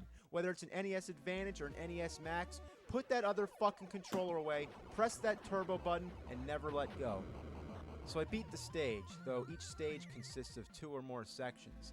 Now we're in the second section, and we got an overhead view, which is equally as difficult as any of the rest. Actually, I think they're worse, because you don't know what's supposed to be underneath you or blocking you. I'm assuming I can't touch these wooden parts. Uh-oh, now I'm probably fucked. Oh, never mind. I guess I can go through those. See, the graphics are so unclear as to what you're allowed to touch and what you're not. You don't know what the hazards are. Look at that. That's not fair. I couldn't see that tiny bullet coming through the trees. It's like camouflaged. And the way those waves move, it's just like a bunch of flickering blue lines. It plays with your eyes and fucks you all up. What a cruel game. I give up. I'm trying another stage. Fire Lord. Alright, another overhead. Ah, fuck! I can't believe this. You can't touch the ground. That means that you have to stay in the brown area, which pretty much limits you to about 20% of the screen. This is ridiculous. Just staying within this narrow range. It's like playing the game Operation, but with a bunch of shit flying around trying to kill you. You have such a tight space to maneuver if you want to kill these things. Come on, come on. Ah! Let's try again. Come on, come on. Oh, fuck! If only his board wasn't so goddamn long. Or if you can go diagonally, like if you can go at an angle, but you're always pointing straight, which makes it impossible to squeeze through narrow spots like this. You know, it's so easy to die in this game, and every time you die, you have to see this. This sad, pathetic image of Silver Surfer just trembling in defeat. If you play this game, this image will be burned into your retina. And how appropriate, because this picture expresses better than words my feelings on this game. Just look at it. That sums up the whole thing. What'd I say before? This game's not bad? Well, no, it isn't bad. It's fucking horrible, and I dare you to play it. Just because it's hard doesn't mean it's bad, but this game just went way, way too far. The difficulty is legendary. This is the grand champion of hard motherfucking games. It doesn't fuck around. Why couldn't there be a health bar? Like 3 hits? Would that be okay? No. 1 fucking hit and you're dead. Well, then couldn't you have extra lives? Which you do, but they don't matter because when you die, you start back from the beginning of the stage. There's some checkpoints along the way, yeah, but that doesn't change the fact that when you die, you go back. Compare that to Contra or Super C. You get hit once and you're dead, but you get to continue where you left off.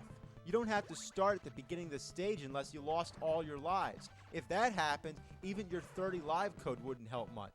Silver Surfer, on the other hand, just says fuck all that. If you're gonna play, you gotta be hardcore. So now we're in Fire Lord Section 2.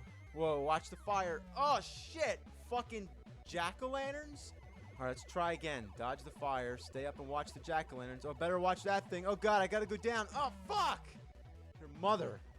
Fire's coming down. Got that part under control. Watch the jack-o'-lanterns. Fuck! Touch the damn ceiling. Fire's coming down. Jack-o'-lanterns. Oh, ass! Alright, this time I'm trying to shoot those fucking jack-o'-lanterns. Stay back, back. Oh, God. Alright, getting into place. Watch the walls. Oh, you fucking pumpkin piece of shit! Okay, this time stand at the top. Don't get hit. Get under that thing. Here we go. Yes! No! I can't take it anymore. You know, there's really no point of going on.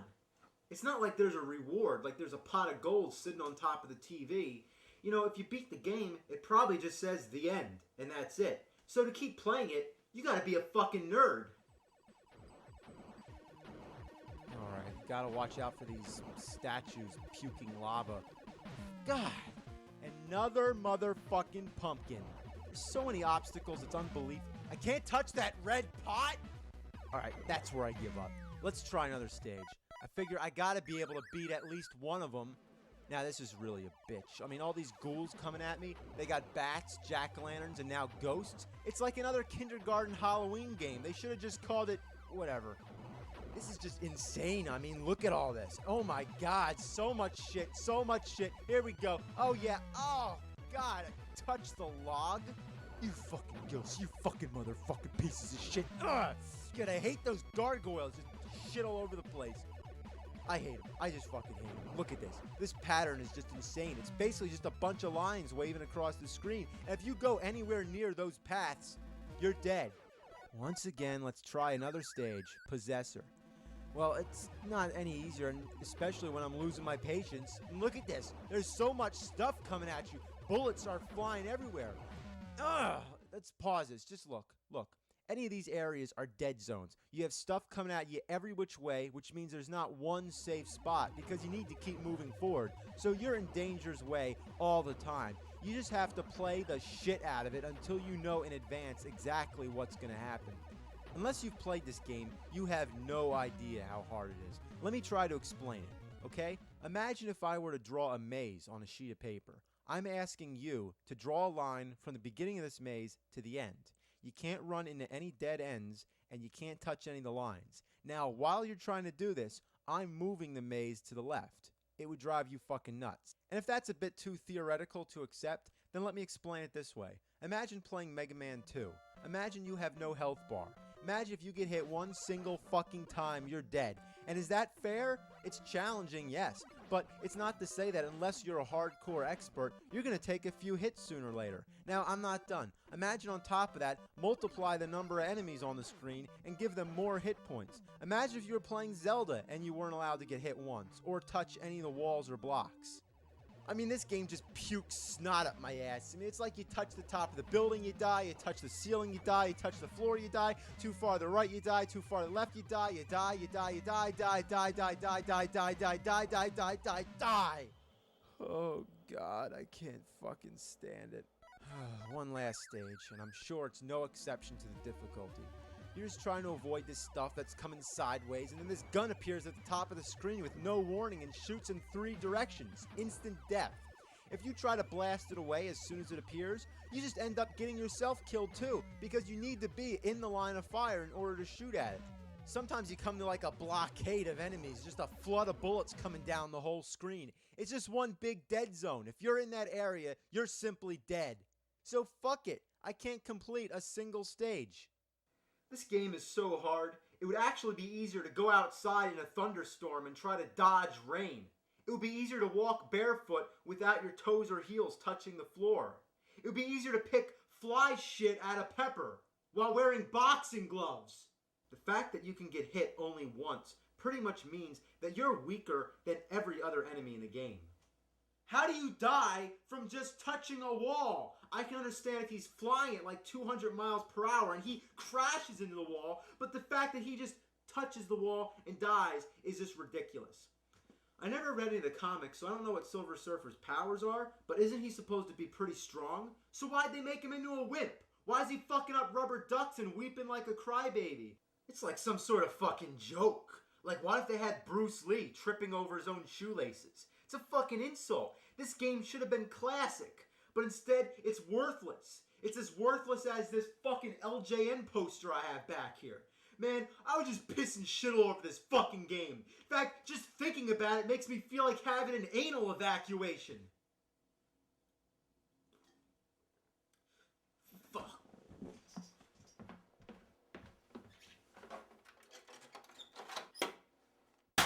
So I'm about to review Die Hard on Nintendo, but before I begin, I think I need to address the kind of disturbing, maybe offensive nature of the front cover. What does this remind you of? It's kind of, you know, it's a little, yeah, let's carry on. So is this game gonna be good, or is it gonna suck? We'll take a wild fucking guess. So this is the first enemy in the game, and I can't even get near him because he's shooting bullets all over the place and running away like an asshole. Get back here, you fucker. Come on! Ah, I missed. Oh, now there's another guy already? God, I can't move! Now I'm out of bullets? Are you for real? If only I can get near him, I'm gonna punch the shit out of him. Come on, come on, your mother. Come on, fuck you up, come on. You know, is his other arm paralyzed or something? What's going on? Oh, come on, you motherfucker, come on, I'm gonna fuck you up, come on. Yeah, got him. Now how sad is this? I only killed one guy in the game so far, and I'm almost dead. Now once you're dead, the game's over, and you start back from the beginning. But at least they got the goddamn courtesy to give you a life bar. Anyway, let's take a look at this status screen so I can try my best to explain the object of this game. Well, you can see there's 39 crooks. I'm under the impression that means there's 40 bad guys in the game, and your goal is to hunt and kill all of them. And that's nearly impossible when one guy can take all your life. And that's kind of interesting. You don't usually get to know how many guys you're going to kill. Imagine if in Super Mario Bros. There was a counter telling you exactly how many Goombas and Koopa Troopas are in the entire game. Only difference, you don't have to kill them all. Alright, so you got your life bar, which is self-explanatory. Then you got a feet bar. Yeah, your feet have power too, right? You can run by holding the B button, but that drains your foot power. Now, let me ask a question. What's the difference between saving your foot power and using it to get your ass moving? Is it better to run and waste your foot power, or just walk slow and waste your fucking time? Also, if you walk over broken glass, that also drains your foot power. And I can see where they're going with this. In the movie Die Hard, John McClane's feet end up in pretty bad shape, and by the end of the movie, he's limping. Now, that's nice that they tried to make it like the movie, but there's sometimes when you should do that, and sometimes when it's really not necessary. That's like if in Lethal Weapon, if you're going around eating dog biscuits for power-ups. So let me finish up with all this shit. You got your weapons, the items you pick, and I don't know, some map that doesn't make any sense. Then you got some weird lock system. After a certain amount of time passes, one of the locks activates or whatever, and when all these locks activate, I assume you're dead. Well, why not just have a clock with a simple time limit? I don't know. So you can break glass, which is cool, but you can't walk over it without draining your foot power, so it's not cool. Then you got outside windows, which you think would have some kind of purpose, but no, you just jump out and die. What's the point? Why would you commit suicide unless you don't have a clue what you're doing? It's a beginner's trap. Now what I really hate is this darkness thing. You can't see around any of the walls. Half the time there's nothing going on, you're just walking around, and he walks like there's something wrong with him. He's got like one leg. So you're just going around, and then all of a sudden you're dead, and you don't even see it coming. You can't even scratch your head. You'll just be playing, and then all of a sudden, whoa, you're dead. The power-ups are soda cans, and the best part of the game is the vending machines, because you can just shoot the soda out of them, and you're going to need it to stay alive. You can also find first aid kits to heal some of your foot power, and you can pick up flash grenades, which are supposed to stun your enemies, but I've never once been able to hit anybody with one of these damn things, and besides, why would you want to stun them when you can just take them out with a bullet? So there's a beginner and advanced mode, and from what I noticed, there's no difference except that the advanced mode starts you off at any random floor, where in the beginner mode, you'll always start on the 32nd floor. Now, let's talk about the floors. It seems you can go to any floor you want, anytime you want, that is between 31 and 35. You can use the elevators, the stairs, or even the air ducts. But how do you know where you're supposed to go? I don't know. I just find guys and kill them. There's supposed to be hostages on the 30th floor, but for whatever reason you can't go there yet, so I'm guessing that happens at the end. But anyway, if you go up to the 35th floor, there's a guy who has a key to the roof, but finding him is a real bitch because he never wants to show up until you've already tried the locked door a million times. But once you find him, you're obviously going to take a lot of bullets because there really isn't any way to dodge in this narrow hallway. Die! That's kind of weird, he's like dead in the doorway. But anyway, you take the key, you unlock the door, you go to the roof, and, well, this is the roof. Sometimes when you get here, John McClane calls the cops, and sometimes he doesn't. It's like in the movie, and I don't know if it's necessary or affects anything in the game, but it doesn't even seem like you have any control over it, so it really doesn't fucking matter. Somewhere up here there's a rope, which I don't know if it's important or not. You blow up this gym locker or whatever it is, and then he says, I'd have to be desperate to tie that on and jump off. No thanks. Are you kidding me? Have you ever had a video game character talk back to you and say, no, I'm not gonna do that? Going back to Mario again, what if Mario just said, you know, I'm really not feeling up to jumping over that platform? No thanks. This is ridiculous. I mean, he won't climb down with a rope, but he'll jump out a window and fucking kill himself? So I'm taking the stairs down. Now I find some blueprint of the 5th floor. Whoa, now we're talking about the 5th floor? Take out the main computer? I'm getting confused. So I'm going around trying to kill people, and Officer Carl Winslow keeps talking to me. So I'm just walking around, waiting for whatever random stuff to happen. Then the police car blows up. I'm like, what does this have to do with anything? But then Steve Urkel comes on. I'm like, what the fuck? The graphics don't even make any sense. I don't even know what anything is supposed to be. What's this? What's that? Seriously, what the shit is this thing? What the shit is it? I just can't figure this out. This is like one of those games that you need a manual or read somebody's walkthrough on the internet. But when it gets to that, it's like, who cares? I'd rather have a mountain lion dump its ass all over my face. I'd rather unclog a shitty toilet with my bare hands. You know, I'm not fucking around anymore. Forget trying to explain how this game works. Let's just fucking do it. Back here, you motherfucker. Get back here. Look at all these bullets. Fuck. The control is so stiff, you can only shoot straight or at a 45-degree angle. There's guys around every corner. There's guys coming out of the elevator. There's guys coming out of your ass. It's crazy. Fuck! Oh, you fucking bastard.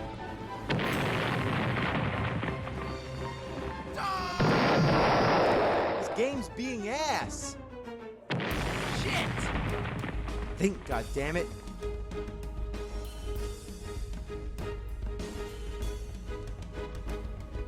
Geronimo, motherfucker.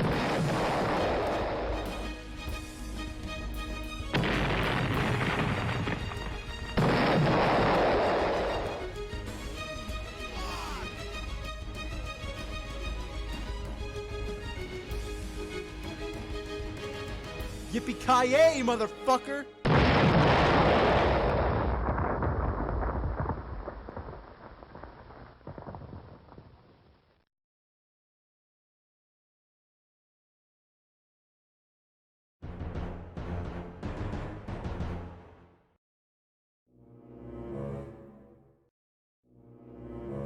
Oh, God.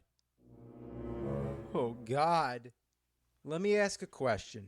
What do you get when you take a movie that's ass and you make it into a game? You get a piece of shit. Now, if you get a piece of ass, that's a good thing, but if you get a piece of shit, you don't want that. And this, of course, is Independence Day for the PlayStation. I don't even want to talk about this. It's making me sick. Making me sick! The first thing that sucks is just, well, look at it. How many times have you played a game where you're flying around shooting at things? It's okay, but that's the problem. It's so okay that it's not even worth existing. It's so bland and mediocre that it's hard to even come up with legitimate complaints. But don't worry, we're gonna rip into it. So this is the first stage, the Grand Canyon. The object is to take out 4 main generators on this alien spaceship. And if you forget, this annoying voice keeps reminding you.